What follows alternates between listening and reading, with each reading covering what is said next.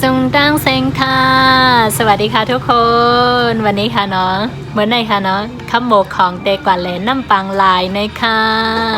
วันนี้นะคะน้องจะไปเที่ยวทะเลโอ้ยตื่นเต้นมากเราไม่ได้ไปนะคะแต่ว่าน้องจะไปคงไม่ได้เจอกันอีกหลายวันคงคิดถึงแย่เลยค่ะเต็มไรทบกันไงค่ะเนาะเต็มไรทบกันหัวเมื่อไรเดี๋ยวไรขึ้นทบกันขึ้นเพราะนั้นเขาก็ถามด้วยค่ะเนาะว่าเตกว่าแหลตีไหลน้ำปางหลายตีไหล ย่อก็ได้ใจข้าวตั้งหลายวันย่อก็ได้นั่งรถหลายต่อได้นั่งเครื่องหลายต่อเดี๋ยวไปถามดูนะคะว่าจะน้องจะไปนั่งเครื่องกี่ต้องต่อเครื่องกี่เครื่องแล้วก็ต้องนั่งรถไปกี่ต่ออะไรประมาณนี้ต่อแล้วก็ที่แรกเลยที่ต้องไปที่ไหนเราไปดูกันเราไปถามดูกันในบ้านนะคะตอนนี้น้องน่าจะอยู่ในบ้านไม่แน่ใจว่าว่างไหมเพราะว่าเตตันฮันน่าวันแต่กันเลนน้ำปังลายนี่คือคุณพ่อค่ะอะไรตื่นเต้นน้ำปังลายเด็กกว่าแน่ตีซื้อว่าหืนน่ะก็เต้าฮะก็เต้าปองว่าหังอ่ะอันมันมาป่นมาก1 ปี 2 ปีอันคำว่าปอดเจิ้งกว่านั่นอ๋อใช่เขามาป้อฮะว้าวก็เต้ามีดังเมืองไหนอ่ะมีดังเมืองวันไผ่ดังปัตไตนั่นกับเจิ้งอันนั้นมาอย่างอ่ะมวยเฮอันนั้นนะอ๋อรู้แล้วสะพ้ายอะไรนะแอบรักคุณสามีจ้านี่คำว่าปอดเจิ้งอะไรนี่แหละหลงรักคุณสามีอะไรประมาณนี้โอ้น้องจะไปเที่ยวทะเลที่มีอะไรนะหนังในละครเงินจ่ายอ่ะพ่อให้เงินจ่ายพ่อให้เงินโอ้เยอะมากเลยโอ้ดีด้วยยินดีด้วยว่าปันเงินจ่ายวะเนี่ยฮัลโหลค่าน้ำไรฮะอู้พ่อหัวเนาะโอ้เด็กกว่าข้าวเลยป้ากาแถวก็ป้ากาแถวก็เพราะฉะนั้นเตะกว่าลายต่อเนี่ยลูกในกอดตองกี้ ลูกในกอดตองกี้เพื่อลูกตองกี้กว่ายันกุ้งลูกยันกุ้งยาตองไอ้ขึ้นกว่าก็ดาวเพราะฉะนั้นลายต่อเนาะ3 ต่อเพราะลูกตีตองกี้กว่าในนางเคิงฮะนางโลดตั้งขึ้นเดี๋ยวตากุ้งกว่าห้ามเดี๋ยวไรนางเคิงนางโลดก็อย่างก่อนนะตากุ้งกว่าห้ามนางเคิงมิ้นว้าวน่าตื่นเต้นแทนมากเลยตื่นเต้นไม่เอาก็ถึงที่เกาะได้ด้านนึงขึ้นยาเด็กขึ้นก่อนนอนในกุนว้าจะไปที่เกาะด้วยโอ้ยทุกคนอยากไปตื่นเต้นน้องบอกว่าตื่นเต้นนอนไม่หลับเลยนะคะที่ไปนี่คือเนื่องในโอกาสคือน้องทำอะไรนะขายสบู่ออนไลน์ก็คือ YMP เนาะว้าที่นี่คือฮิตมากยี่ห้อนี้นะคะแล้วก็ได้ไปเที่ยวด้วยแล้วก็ได้ไปศึกษาหาความรู้เพิ่มอีกจริงๆก็คือปอสเนาะปอสให้ไปแบบฟรีมั้ยว้าโชคดีมากเลยมาถึงแล้วอ่ะอะไร9แบบแถวไปนะคะเพื่อนค่ะตื่นเต้นนะตื่นเต้นขนาดรถยังมาไม่ถึงเลยเตรียมตัวเรียบร้อยหมดแล้วตื่นเต้นจะเล่นนางอ่ะเดี๋ยวเลยจุกอะเดี๋ยวเลยกว่าเดี๋ยวเลยให้เดี๋ยวพูดเนี่ยว้าวไปเอาหลังกันขึ้นมาป้องกันเลยดีตีป้อมาวิดีโออย่าลืมป้อมาน่ะโอเคป้อมาแค่พังทางลีอย่าลืมส่งมาแฮะค่ะมี Wi-Fi เยอะมีเลี้ยงพงอยู่ต่อดังบนน่ะแต่มี Wi-Fi เยอะมี Wi-Fi กันน่ะมีเลี้ยงพงว้าตื่นเต้นแทนนะอยากไปเป็นทั้งไว้ในเข้าไปกว่าจ้ำกันเนาะโอ้มีเหลือโค้ค่ะมีดังนอกโอ้ยอยากไปด้วยไม่ไหวแล้วนี่กระเป๋าน้องเตรียมเรียบร้อยนะคะอันนั้นทำเอามานั่นไปเปรี้ยวเด็กอันใดดีกว่าก็อันนั้นเด็กเอากระป๋องจิ้มโอ้นี่คือกระเป๋าที่น้องจะไปดูโอ้ โอ้อิจฉามากคอย ได้นั่งรถตั้งว่า คอยว่าคอยไม่ได้เดี๋ยวเลยนั่งตั้งวันลูกที่ในกว่าตอนกี้หลายชั่วโมง ก็เต็มที่ก็8 ชั่วโมง 8 ชั่วโมงเดี๋ยวตอนกี้กว่าถึงตากรุงหลายชั่วโมง ว่านั่นแหละ มั่วหน่อย ได้ก็ประกอบการเข้ามาได้กว่าครั้งขึ้น โอ้กว่าตั้งขึ้น ก็ประกอบการได้ก็ครั้งไหน ว้าว มองใครหรอไม่เพียวอยู่ โอ้ยตื่นเต้นน่ะเดี๋ยวรถยังไม่มาแล้วฮะเตรียมตัวรอแล้ว เรียกนะ ตื่นเต้นน้องบอกว่าตื่นเต้นมากเลย ก็คืออันกันเลยน้ำบางหลายเนี่ยปอนตั้งสุดอ่ะ เจลอ่ะ ครั้งแรกของน้องด้วยโอ้ยินดีด้วยเนาะที่ได้ไปจะจากตรงนี้ไปถึงตองจีนะคะจะใช้เวลา8 ชั่วโมงนะคะนั่งรถแล้วก็จะไปนอนที่ตองจีกี่คืนนะ เจล กี่คืนหลายคืน มันขึ้น นอนที่ตองจี1 คืนนะคะแล้วก็ไปย่างกุ้งต่อ ไปย่างกุ้งก็คือจะนั่งรถไปก็คือต้องนั่งประมาณทั้งคืนเลยจากตองจีไปย่างกุ้งนะคะ และไปถึงพอถึงย่างกุ้งไปที่ทะเลต้องนั่งเครื่องไปเนาะนั่งเครื่องบินไปนะคะ และก็จะไปนอนที่ทะเล1 คืนแล้วก็ไปที่เกาะอีกก็คือเกาะที่น้องจะไปนะคะที่อะไรนะแอบหลงรักคุณสามีอะไรประมาณนี้แหละละครนี้คือฮิตมากตอนนั้นโมชอบมากแล้วก็ลืมชื่อละครไปแล้วน้องจะไปที่ทะเลที่นู่นนะคะโอ้ยอยากไปด้วยอ่ะ ตื่นเต้นก็ย่ำเพียวปังไหลนะย่ำเพียวปังไหลปกป้าแล้วก็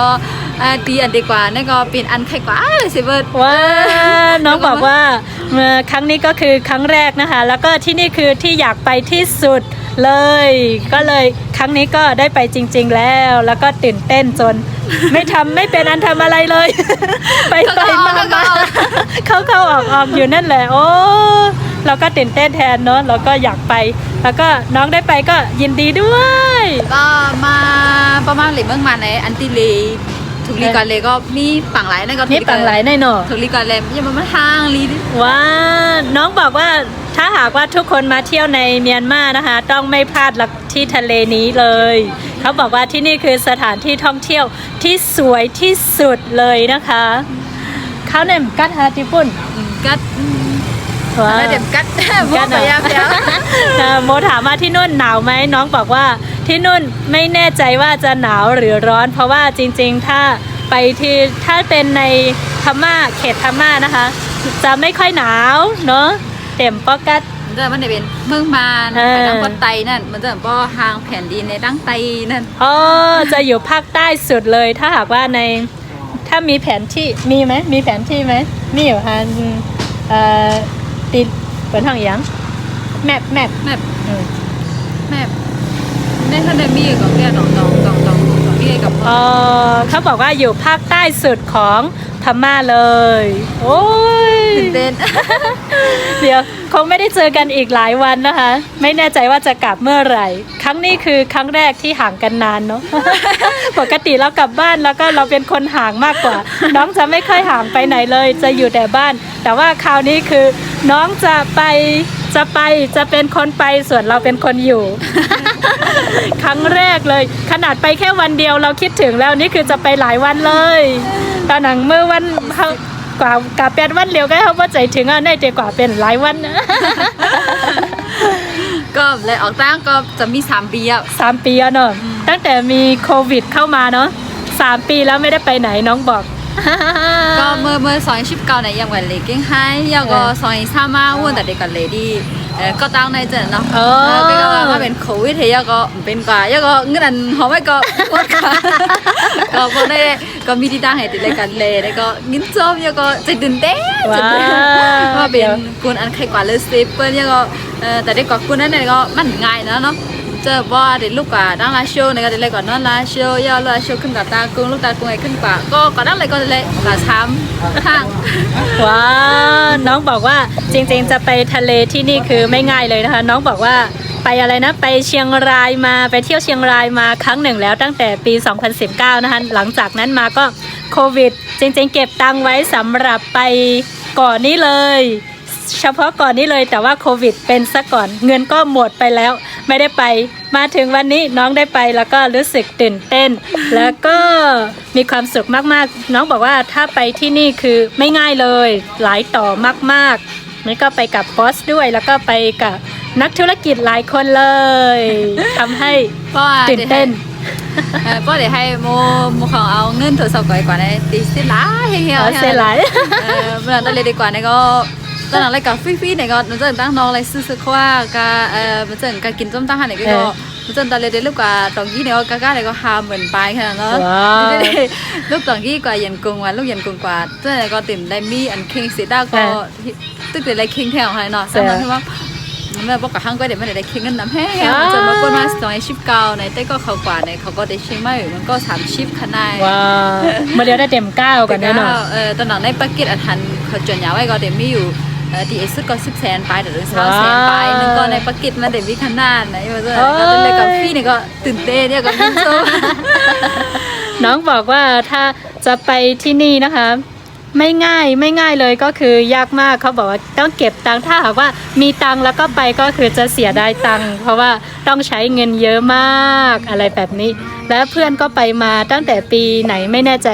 ไปมาแล้วตอนนั้นก็คือ1คนก็ประมาณ30 แสนเงินพม่านะคะตอนนี้คือไม่แน่ใจน่าจะเยอะกว่านั้นแล้วคงไม่ใช่ราคานั้นแล้วเนอะเพราะหลายต่อมากเลยที่มาเจอหน้าว่าอะไรเอาเงินแต่เศร้ากว่านี่ก็เสียดายตังค์ แต่ครั้งนี้ได้ไปฟรีด้วยแต่ว่าไม่ใช่ว่าฟรีหรอกเนาะได้ไปแล้วก็ไปศึกษาหาความรู้เพิ่มแล้วก็ได้ไปเจอพบปะกับนักธุรกิจด้วยกันอะไรแบบนี้และวันนี้ขอให้เดินทางปลอดภัยนะคะให้ออกค่าตั้งรถเพย์ยินดีมากค่ะส่วนค่ะว่าขึ้นมา2 ไงขึ้นมาแล้วในลองตัวทบลองกันเลยถ้าหากว่ากลับมานะคะน้องจะมาเล่าให้ฟังว่าเป็นยังไงนะคะแล้วก็ติดถ่ายแค่ทั้งวันนั้นถ่ายมาเยอะๆเดี๋ยวเรามาให้ FC ดู แล้วก็เดี๋ยวอะไรนะใส่บิกินี่มาด้วยนะจะได้เด็กมั่วโอเคเจอกันใหม่เดี๋ยวไม่แน่ใจอีกกี่วันเดี๋ยวจะถ้าน้องกลับมานะคะจะมาให้ดูว่าน้องใส่บิกินี่ไหม เที่ยวให้สนุกนะขอบคุณค่ะบ๊ายบายเจอกันคลิป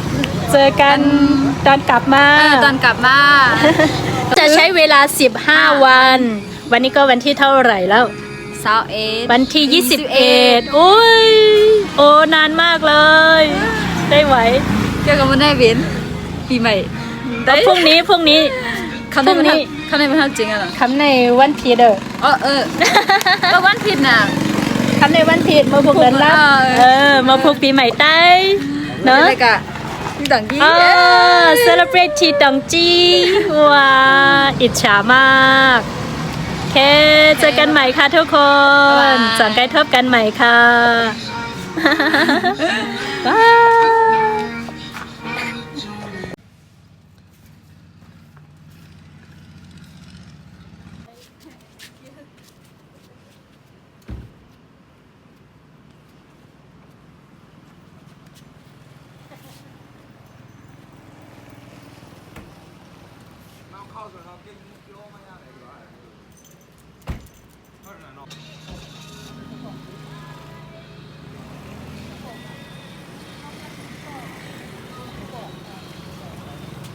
บเอ็กซ์มาเลยเอ็กซ์เดี๋ยวจอมเยอะหน่อยกับเปียดอ่ะขอบมาเอ็กซ์เงาก็ไม่ได้เจ้ากับเปียดอ่ะ